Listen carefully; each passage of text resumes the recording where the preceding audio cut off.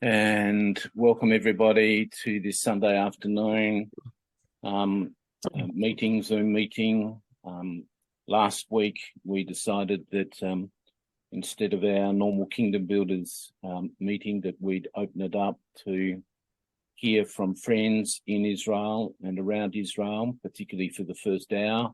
So from 4:30 to 5:30 today, we'll hear from some of our friends that Atan has introduced us to, and Atan can introduce himself in a minute just to people who don't know him, but he's a good friend and we've travelled backwards and forwards to Israel 7 or 8 times together over the years, as we have led, Kingdom Builders has led groups of business people and private individuals, some of which are there with us today, on trips to Israel to see and meet with both the highest of high and the normal person in the street. So we have a love of both relationship with our Jewish friends, many partnerships or alliances with businesses and universities and hospitals and things like that, and some great friends over there at the moment. So we decided last week I think on a Friday, that we'd open it up for people to join us, and more will join us as time goes on, to do a Sunday afternoon, probably 4:30 to 5:30, but we have you on the list, so we'll let you know. It's dependent often on people's availability, particularly in Israel at the moment, and what is going on. So we may change around 4 to 5 or 4:30 to 5:30. And for those who would like to stay on from 5:30 onwards, we'll run our normal Kingdom Builders afternoon with friends, where we have some time for prayer and worship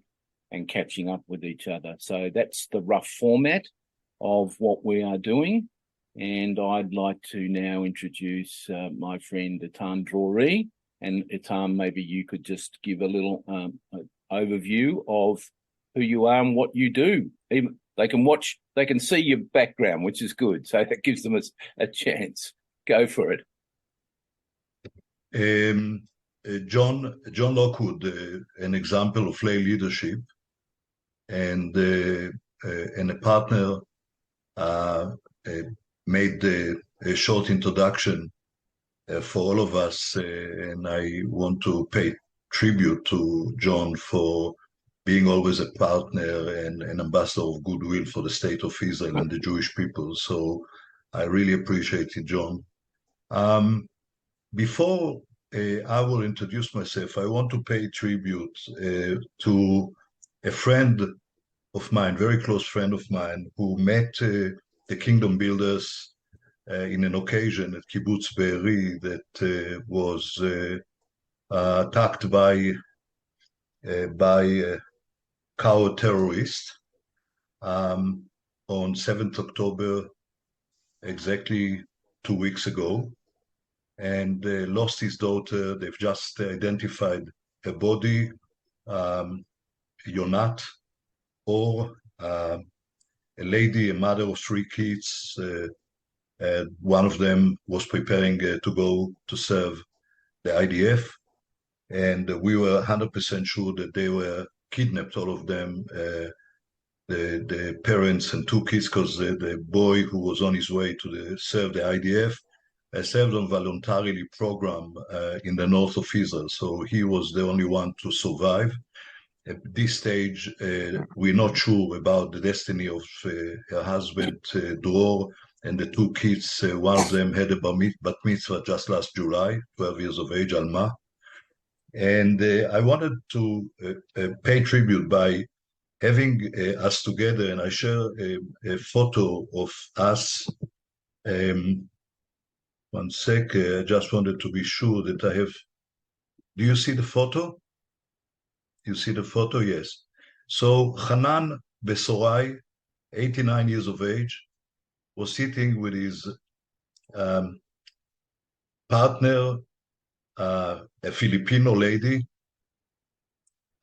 in the dining room having an early breakfast, when he heard Arabic language outside the garden, and he went straight forward to the security room and they were, in a way, fought the terrorists, and the terrorists gave up and left him, and not even burnt his house, and just ran away to the other house next door. So if you don't mind, let's have a half a minute silence before I continue, please.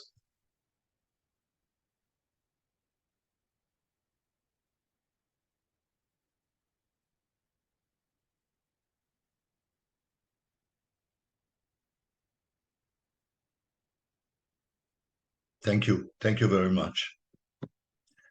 So I would like to tell you in less than a minute who I am, for those who doesn't know me from the past. I came to Australia in 1998 as the emissary of the United Israel Appeal, running the campaign for the State of Israel and the migration from the former Soviet Union, Ethiopia, and other countries like Argentina and France to Israel. And later on, after 6 years of serving the State of Israel, I changed my role here in Australia. We stayed because my wife was the head of VCE at Mount Scopus College in Melbourne for 25 years now. She just retired. Ronit taught Hebrew and literature, Hebrew literature, and I took over the representation of the Hebrew University of Jerusalem between 2005 to 2018, and went to do other things, exchanging innovation and advanced technology between Israel and the Asia Pacific. But voluntarily, in 2013, I've already crossed the half a minute or a minute. But anyway, I think it's important to say that the State of Israel took a very, very historical decision to consider the Israelis outside Israel, those who live all over the world, as the fifth generation of the Israeli society. We are speaking about the Israeli seculars. We are speaking about Israeli national religious, those with a yarmulke, with a knitted yarmulke.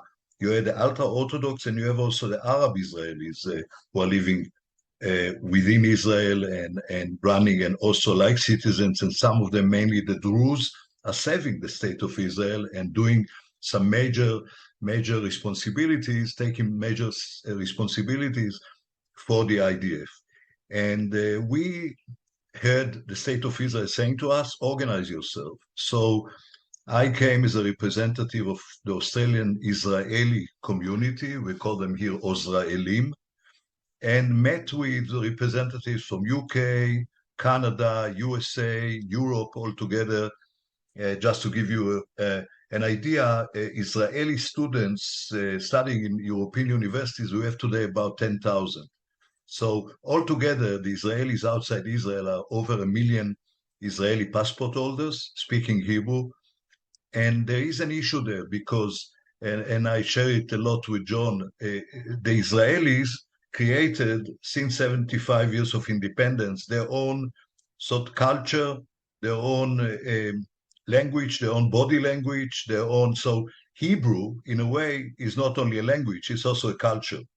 So the Israelis outside Israel don't meet so much, and this is, by the way, a major dire strait, that we are trying to build a bridge with Jewish communities, because Jewish communities are part of one nation, but they are not, in a way, aware that there are Israelis who grew up salt of the earth Israelis who could really contribute to their communities. I don't blame it. There is a divide that we are building to build together a community that is one. And you saw it this morning, for example, in Australia, in Melbourne, at 11 a.m., you saw around 1,000 mixed package of Israelis and Jewish Australians standing together and screaming, please bring the hostages back.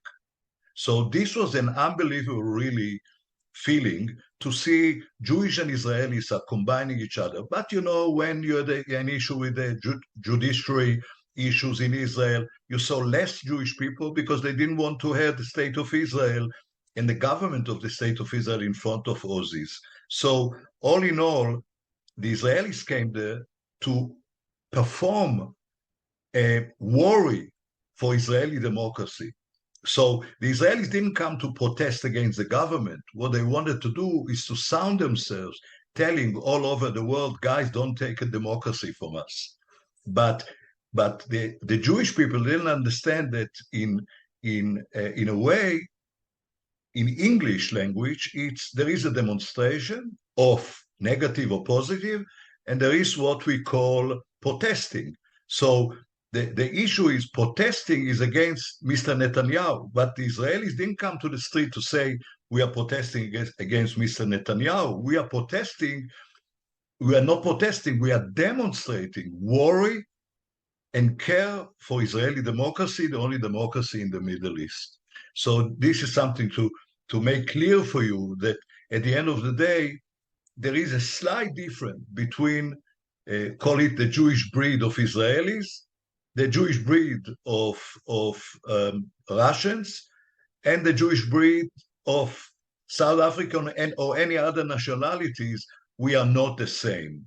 So then let's not go and dig and say why we have some dozens of synagogues in Melbourne. Let's not do it, because the freedom of expression by the Jewish people is a clear matter, and you have a synagogue of Chabad, and you have a synagogue of Orthodox, and you have a synagogue of Reforms. So let's say, and by the way, it's not Protestants and Catholics, it's completely a different issue.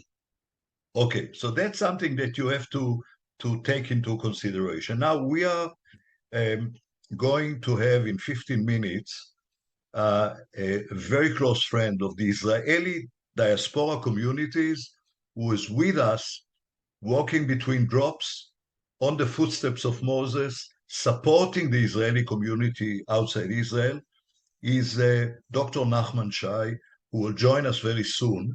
And I would say, not to take time from him, I'll give you just a quick introduction. I will tell him, Dr. Shai, I introduced you to our friends here, to the family of supporters of Israel under the Kingdom Builder flag.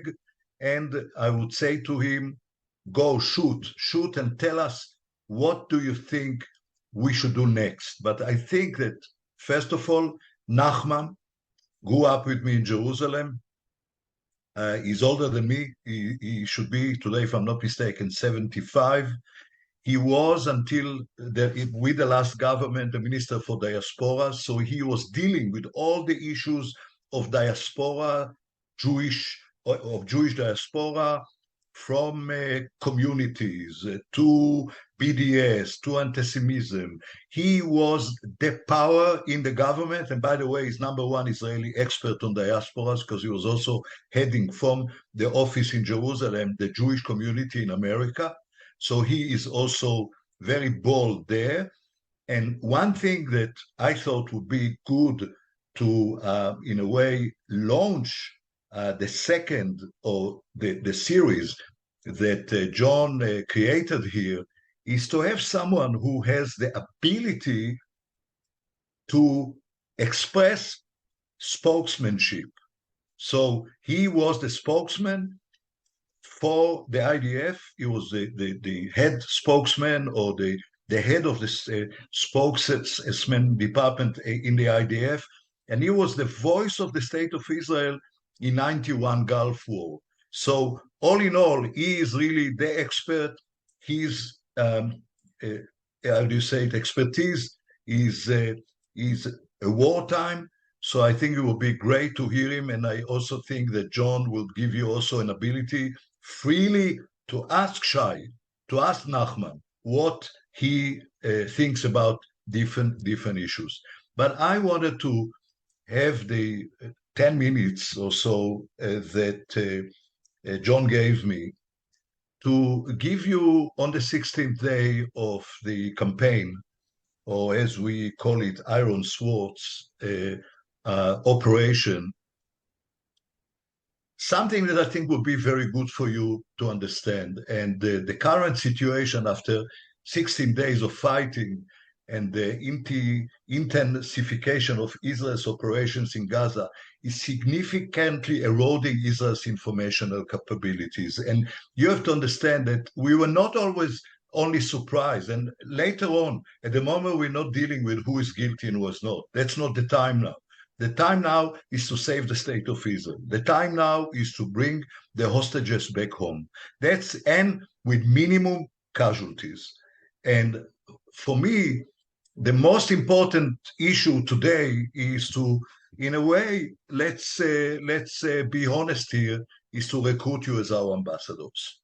And how could we recruit you as ambassadors is first and foremost to tell you that we need to slowly change our approach to what we call advocacy for the state of Israel. We see already on TV stations in Israel slightly forgetting the massacre in the Gaza area. Slightly, people sees rebels in Gaza. Slightly, you see Israelis are bombing Palestinian innocent people. Slightly, you see videos of Hamas terrorists shooting naive and innocent Palestinians on the way to the southern part of Gaza Strip to move on as refugees. Slightly, you could see the world is saying, Israel, stop. Israel, it's a humanitarian crisis. And what I would like to tell you, and for me is the most important thing before we go forward, is that we need to change the slogan and the real slogan and the truth. And the truth is very simple. We are fighting for, of course, and foremost, for the quiet border and no more terrorism on the border with Israel. No more. So this is number one principle. And then we have to sit down together strategically and plan how to do it with less casualties in both sides. But the main item is to liberate Gaza from Hamas. The main item here, and that's something that I would like to tell you, that Israel will do the utmost to give once and forever a proper future, a good economy for the Palestinian people. Those people who struggles from the power of evil, the power of organization that is not even comparable to ISIS. People are trying to paint the Hamas as Nazis or as ISIS. No. In human history, never was a massacre like on the weekend of the 7th of October. Never in the history. And I don't want to tell you, I'm sure you're all aware, that no more Israel will allow, and as I said to you again, let's not now discuss the failure, the surprise. But the one most important thing now is to work together and explain you that we are not talking anymore about the cruelty. We have to talk about positive. We have to talk about helping the Palestinians, to the naive Palestinians, the good Palestinians, to live better in the future. And in order to do so, we have absolutely to eliminate this terrorism element from the border in the south. And we all pray that Hezbollah, joining as another Iranian proxy, going to start a war, and we see already drops.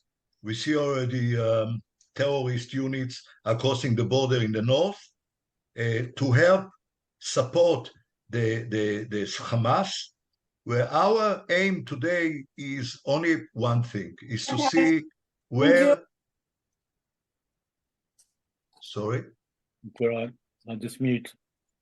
Yeah. So. Yeah.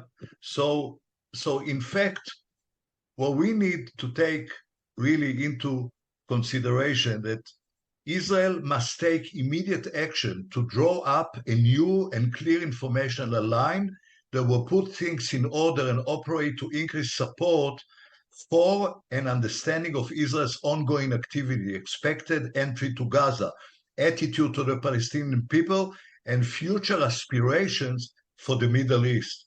The new informational line and strategy are aimed primarily at those populations and people who now express identification with an empathy and pity for the Palestinian side.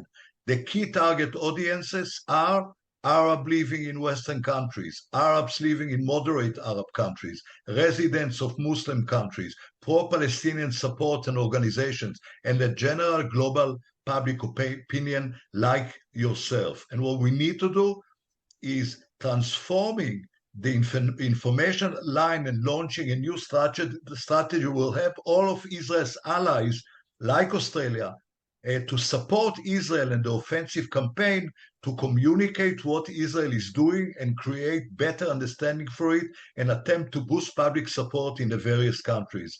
And this is something very important for us to remember, that we are talking about human life.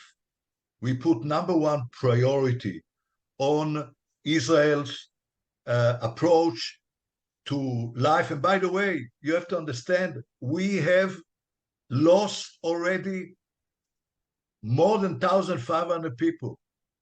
If you ask me, as an average Israeli born in Jerusalem, fifth generations, I can tell you that this disaster of the 7th of October can't be compared to Yom Kippur War. Per capita, we have lost the numbers that the only thing we should do now is find out after the war, how did it happen to us? The strongest army in the Middle East. We have to find out, we have to dig in our hearts, in our mind, to understand what exactly happened there. And I can tell you already, I hear some commentators in Israel who are telling me that, and John will for sure identify with me on that one, is that we went too much into advanced technology. We went too much into cyber. We went too much into technological, call it intelligence, instead of going, all of us together, to remember the establisher of the State of Israel, David Ben-Gurion, who used to send people in order to finish the war with our enemies for the future of the region. He used to send emissaries to speak to King Abdallah, to speak to Faisal of Egypt, and tried to maneuver face-to-face discussions. Today, everything is about cameras. Today, everything is about computers. We have to return to the point where we have to see how to combine the two elements together. But don't forget the human side of it. The discussion that I have, for instance, with John on major issues along the years is the kingdom builder, is the process of building bridges between people, is the freedom between Christianity and Jewishness. So all in all, what I'm trying to say is that, before we have 3 minutes to go, and I hope that נחמן will be there, is that first of all, I want to thank you for listening to me. We will keep you on an ongoing basis every Sunday, and I hope you will bring more and more people into the picture. Today, we see the numbers. We were about 40 last weekend, something like that. Let's grow up. By the way, I have today at 8 p.m., I have a session with similar organizations like Kingdom Builders, with Ahava, they call it, from Eastern Germany.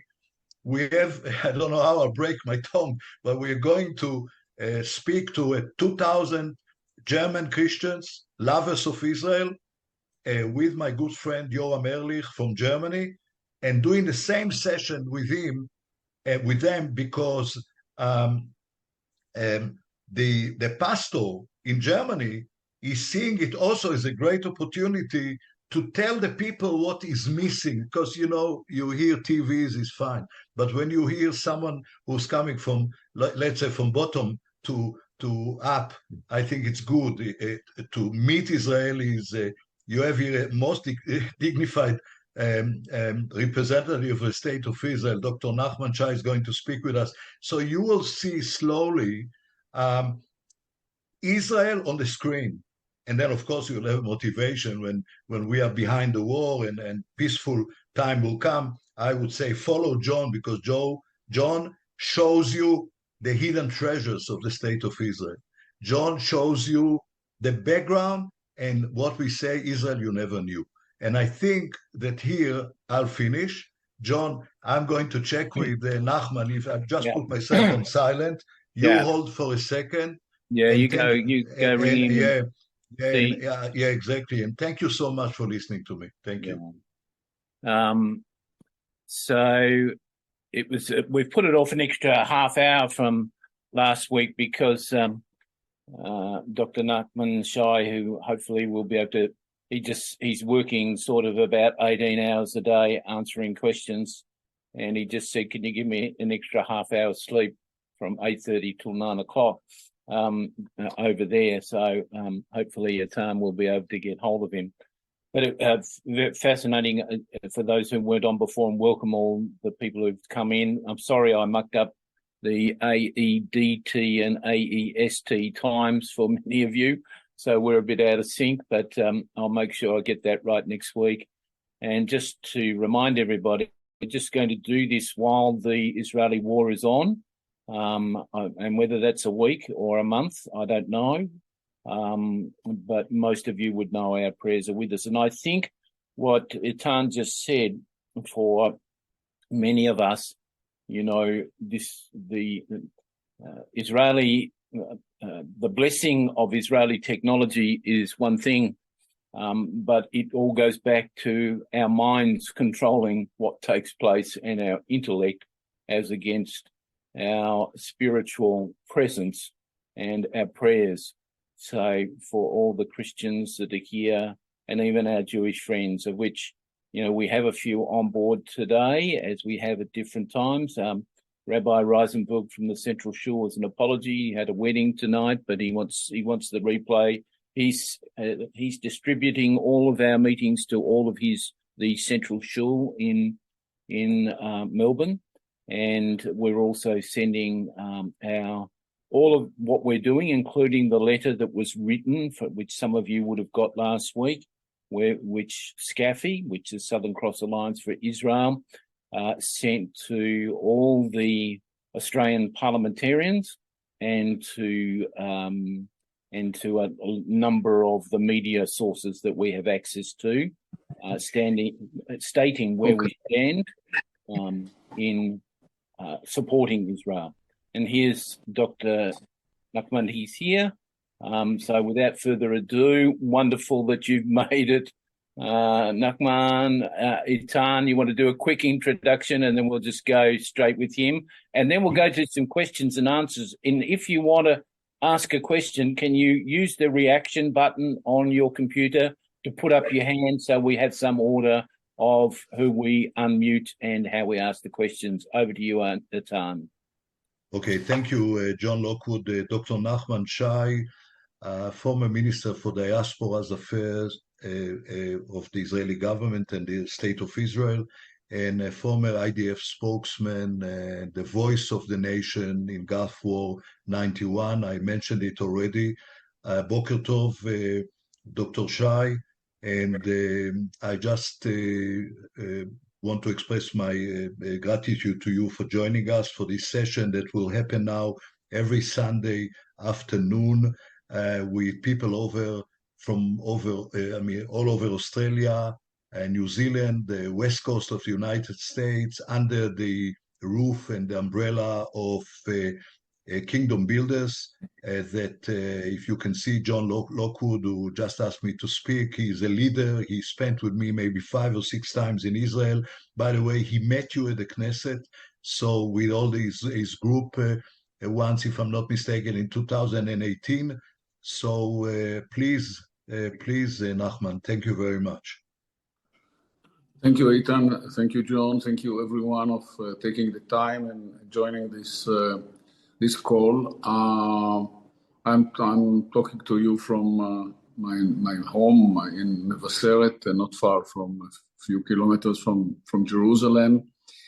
In another day of war between Israel and the Hamas, and practically with the Hezbollah in the north, and even I would say with Iran far away, but actually it's warming up as well.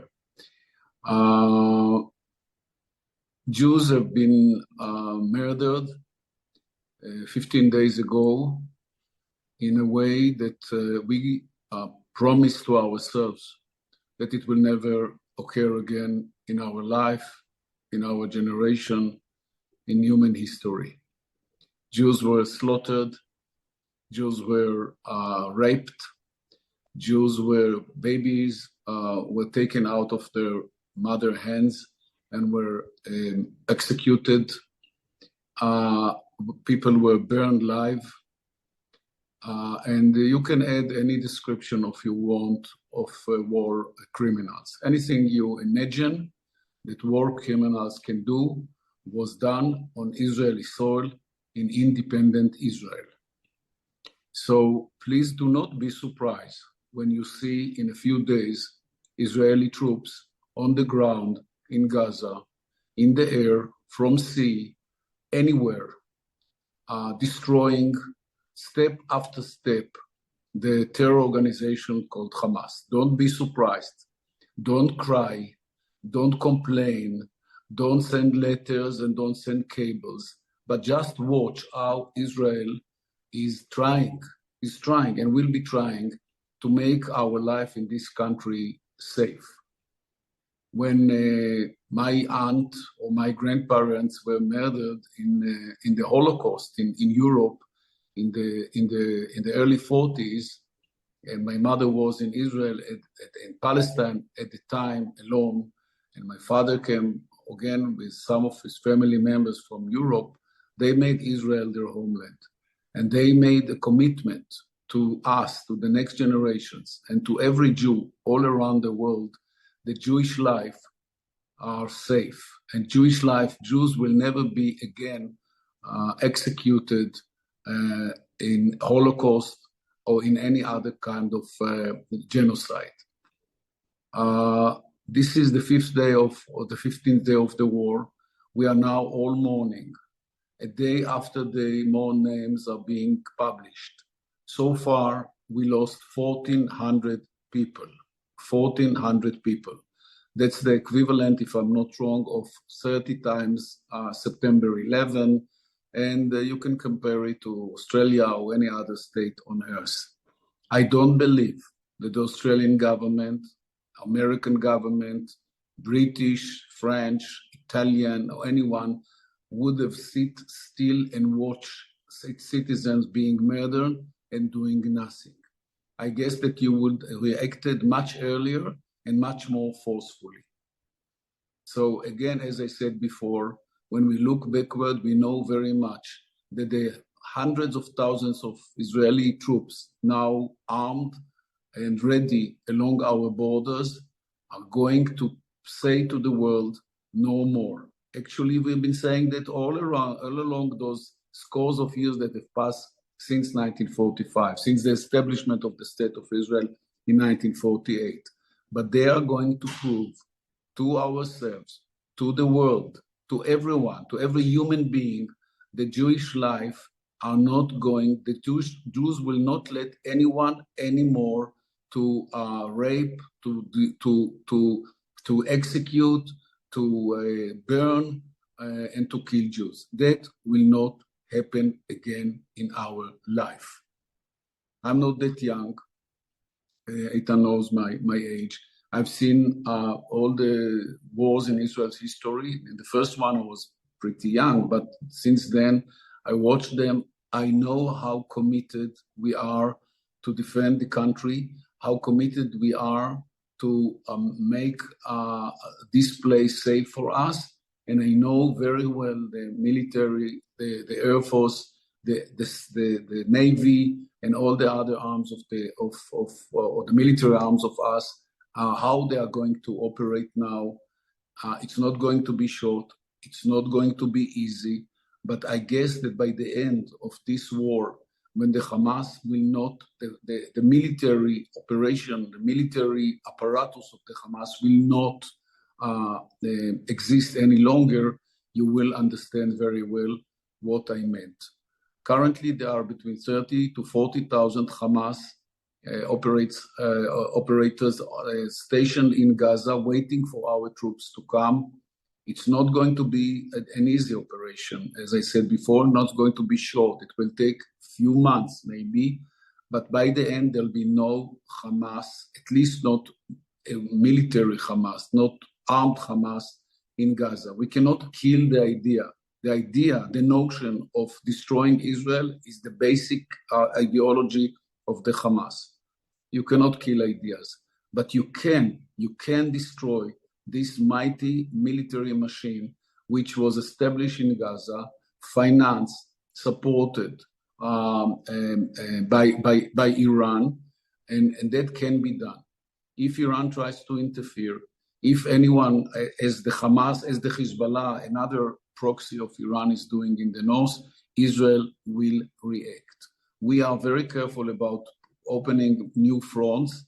The one in the north, as I said before, is already getting hot, more active than it used to be. And in the back, of course, Iran is using those proxies in the north and in the south to attack Israel and to kill as many as possible Israelis. We are not going to sit still and wait for the murderers to come. No more in our life, as I said before. We are not alone in the world, but we are disappointed of many people that do not see the entire picture. They do not see the context, too many of them, and they ignore the terrible images and the terrible information that we provided with them. They close their eyes. They so-called support the weak side of this conflict. They are naive. They are stupid, and I'm sure that if it comes to their home, if someone will knock on their door and kill them and kill their family members and kill whole families from their neighborhood, they would speak differently. But it's very easy to sit where they are and email messages and to criticize Israel. Indeed, in that situation where we are now, Israel is nothing to be blamed over. No one took any action against the Hamas. No one took any action against the people of Gaza. We have been saying time and again that they use these hundreds of thousands of people as human shields, and we warn them not to use the population. They've been doing that time and again, cynically and purposely, to let them die, to let them be killed, just to use that as a proof for against Israel. Again, this is a twist of the reality. We are not intentionally and purposely attack civilians. We have never done it, and we will not do it, even in the upcoming operation. But at the same time, I say it to you, if they let the Hamas use their homes, lose their property, use their cars, use whatever they have at their disposal, these are all legitimate targets for the Israeli Air Force or to the military as a whole.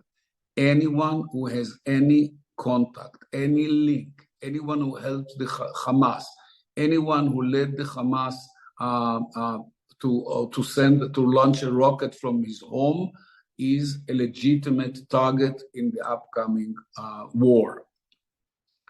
One of our major concerns at this point is 210 Israelis now in captivity. They were kidnapped from their kibbutzim and moshavim, from the villages along the border, and they were taken into Gaza.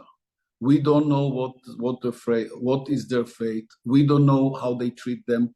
We don't know if they continue to rape the women and if they kill the children who cry or make their life harder. We have no idea. I guess, I don't know. I don't want even to imagine what they are going through. 2 American women were freed on Friday night as a part of the negotiation between the United States and Qatar. Qatar played a major role in this and made them free. That's very nice. That's important. What we would like to see all the 200 people back in Israel immediately.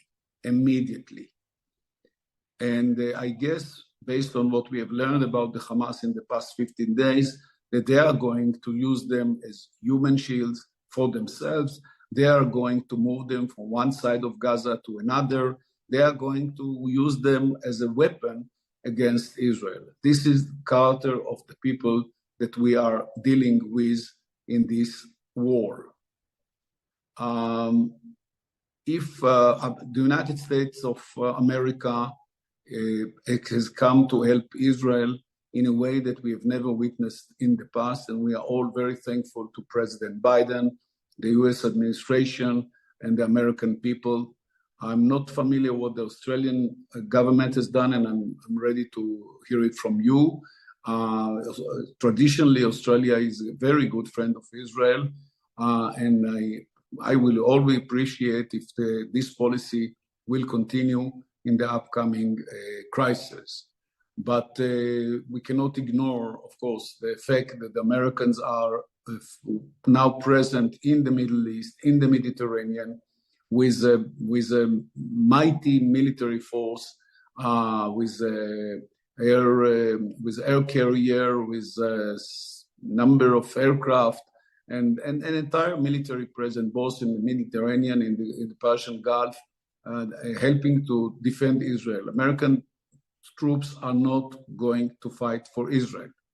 American troops will not fight. No one will fight for us. We'll do the job by ourselves. What we need is weapons, is aircraft, helicopters, ambulance, and a lot of military stuff, which is now being generously provided by the US government to Israel. Over 1,000 tons have been provided already, and more to come. That help us to protect our civilians and to be ready for the war. Let me tell you that all the settlements in the south, near the Gaza border, and most of the settlements and villages and cities in the north, next to the Hezbollah and the Oz, were evacuated and were moved to the scores of thousands. I think right now around 50,000 people are refugees within Israel. Refugees within Israel. They left everything behind and now live wherever they can, in hotels, and also many of them are living with family members and others, just waiting until the war is over. That has never been done in our history, but we would like to protect the civilians, that they will not be involved in the war. I don't know, I want to stop here. I know it was 15 minutes. I don't know how long you expected me to speak, but I would like to take some questions from you and to develop a kind of a dialogue or to hear your opinions. And if you need to know more, just raise your hand and say what you are interested. And I just repeat on where we are. We are in an eve of a war, a long one in Gaza. You'll see soon Israeli troops on the ground. Many of us are very much concerned. You can imagine when almost 400,000 troops are on the border with family members, and that covers all the country, Jews, Druze, even some Arabs, and we all care for the life of the soldiers. It's going to be very painful for us too. People say war and they don't know what they mean, but I've seen too many of that, and I know that not everyone will come back from the battlefield. We all know that, unfortunately. Yeah, so I'm available for questions now. Just sorry for a second, John. Put up your hand on the reactions button if you want to ask a question or a comment. Just a quick one, נחman. You see already slowly in Australia, in the media, a slight change since the Black Saturday. And you see already a bias. Don't forget that Australia, I'm sure you know, is a multicultural society with many, many Middle Eastern migrants. I would like to ask you if you could elaborate on the message that Israel is trying slowly to give, in addition to, of course, secure the southern region on the border with Gaza, about free Gaza from Hamas, help the future of the Palestinian people, those innocents. Can you elaborate on that? Eitan, first of all, I'm familiar with the twist. It happens not only in Australia, it happens in some other Western countries. It's based on a kind of naivety because, of course, the new pictures, I'm a journalist by profession. Many years ago, I haven't done it, but I understand a little bit in how the media operates. So the new pictures, the new images just push aside the old ones, and now they cover the screens. This is one of the tricks of the war of consciousness, the war on hearts and minds that the Hamas is conducting. By the way, in the first few hours, all those atrocities were shown on their videos and were aired to the world. But when they realized that it went out of so-called control, they eliminated. But we keep records of all what was done. These are war criminals. I repeat, war criminals. There's no other way to describe it. So let me tell you very, very honestly, Eitan. I said I'm an expert on public diplomacy. I care less for public diplomacy now. I care less. I care for the life of the Israelis that were murdered. I think about those women who were raped. What kind of life is waiting? What kind of life is waiting for them? I carry for whole families, 5 people lying in their bed. The father is hugging his wife and kids, and then they were shot by the Hamas. You can see those pictures. I hope they will have been circulated. Of course, the civilian population in Gaza is suffering now.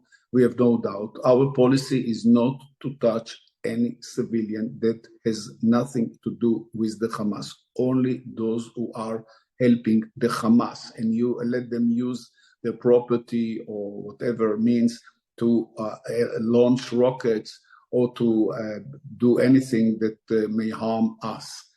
We actually opened the ways and made sure they are available for hundreds of thousands of Gazans from the northern part of Gaza to the south, so they have a safe way to leave their homes. We told them in advance, a few days ago, that we are coming, and we advised them to save their life and move to the south. There's no other thing we can offer them but just leave their homes and everything they have and go to the south and then a certain line that was drawn on the map, making sure that they fully understand what it means. It includes the city of Gaza.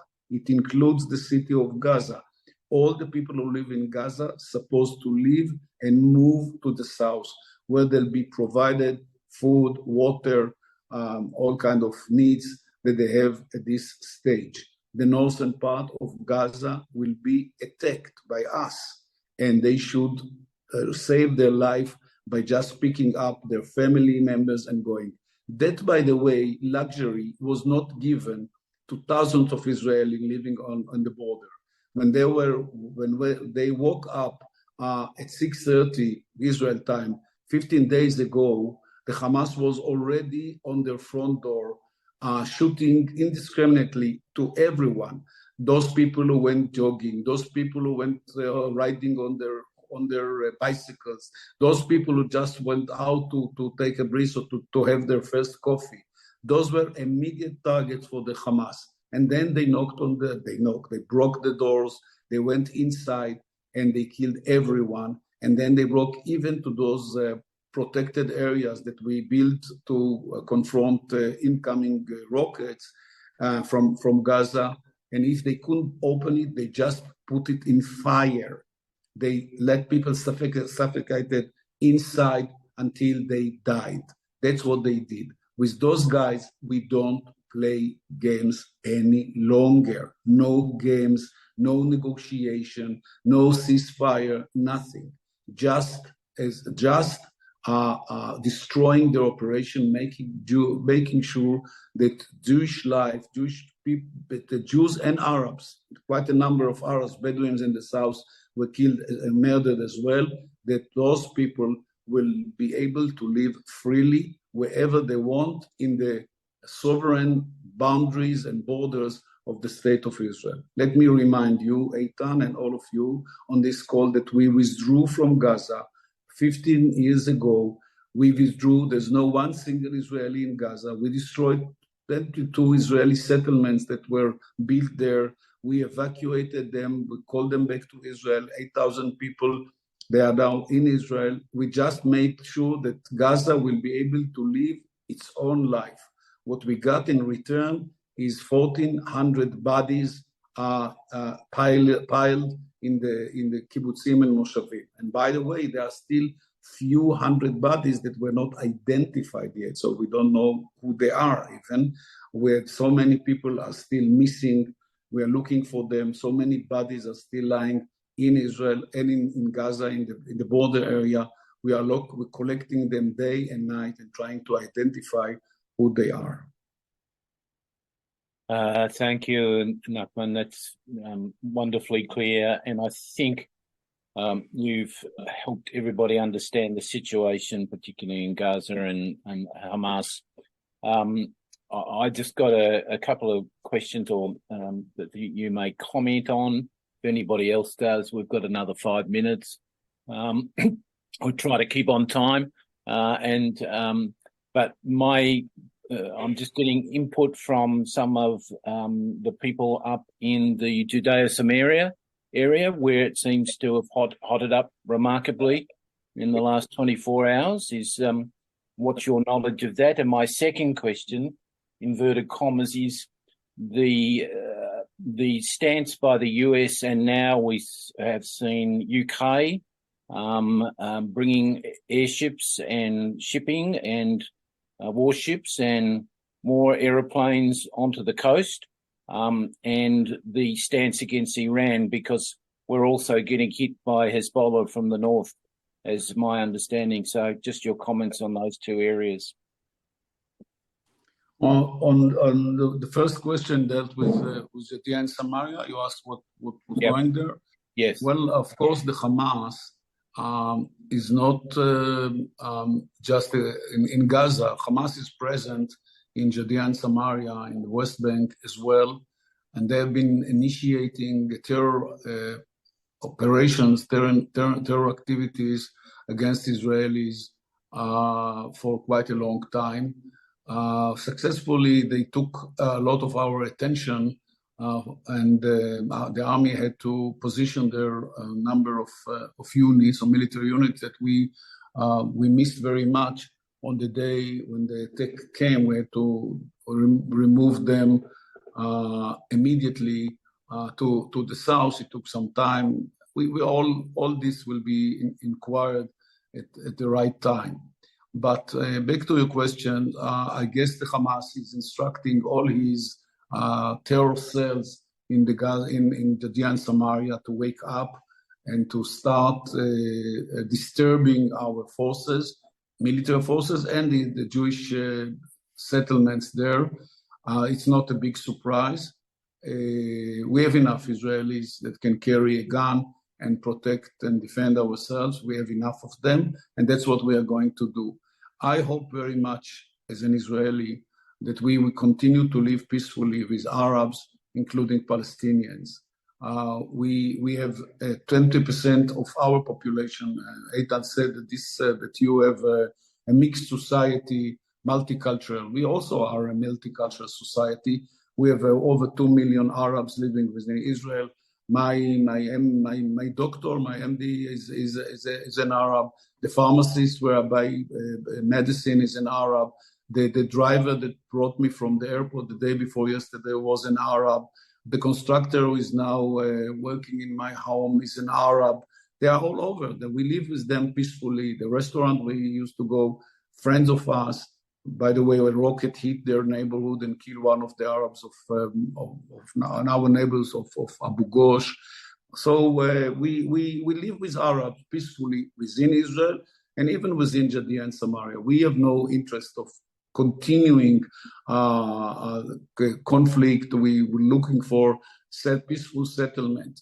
But after what we suffered, the horrific attack from Hamas, many people like me and many others are now looking differently on Arabs. Not those who live in Israel, but those who live in the territories or those who live across the border.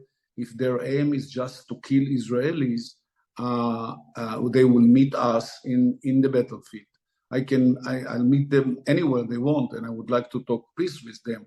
But if they carry weapons and knives, they will meet us very determined to defend our country. The Jewish people has only one country on earth, which is Jewish democratic, that's Israel, and we have no plans to leave it, and I have no plans to move to Australia. Tell all my relatives in Australia that I appreciate very much their life, but I continue to live in Israel, and all my family too. Thank you. That's wonderful. Look, we could go on for a long time. The war is expanding. Our thoughts and prayers are for and with you and your family, as they are with many of our relationships over there. Many close friends. I know Atan has got many that is constantly in contact with, as have I. So we just want to thank you very much indeed for getting up early on a Sunday morning and coming and spending some time with us. Atan, any closing words, and then we'll let most of the people go. John, we don't sleep at night. There's no waking up because we don't sleep at night. I'm telling you, we hear the sound of airplanes, aircraft all the time, 24 hours a day. The Air Force is taking everything they can to destroy the Hamas from the air before we launch the ground operation, because we know that there will be many more casualties in the ground operation, and we would like to save it.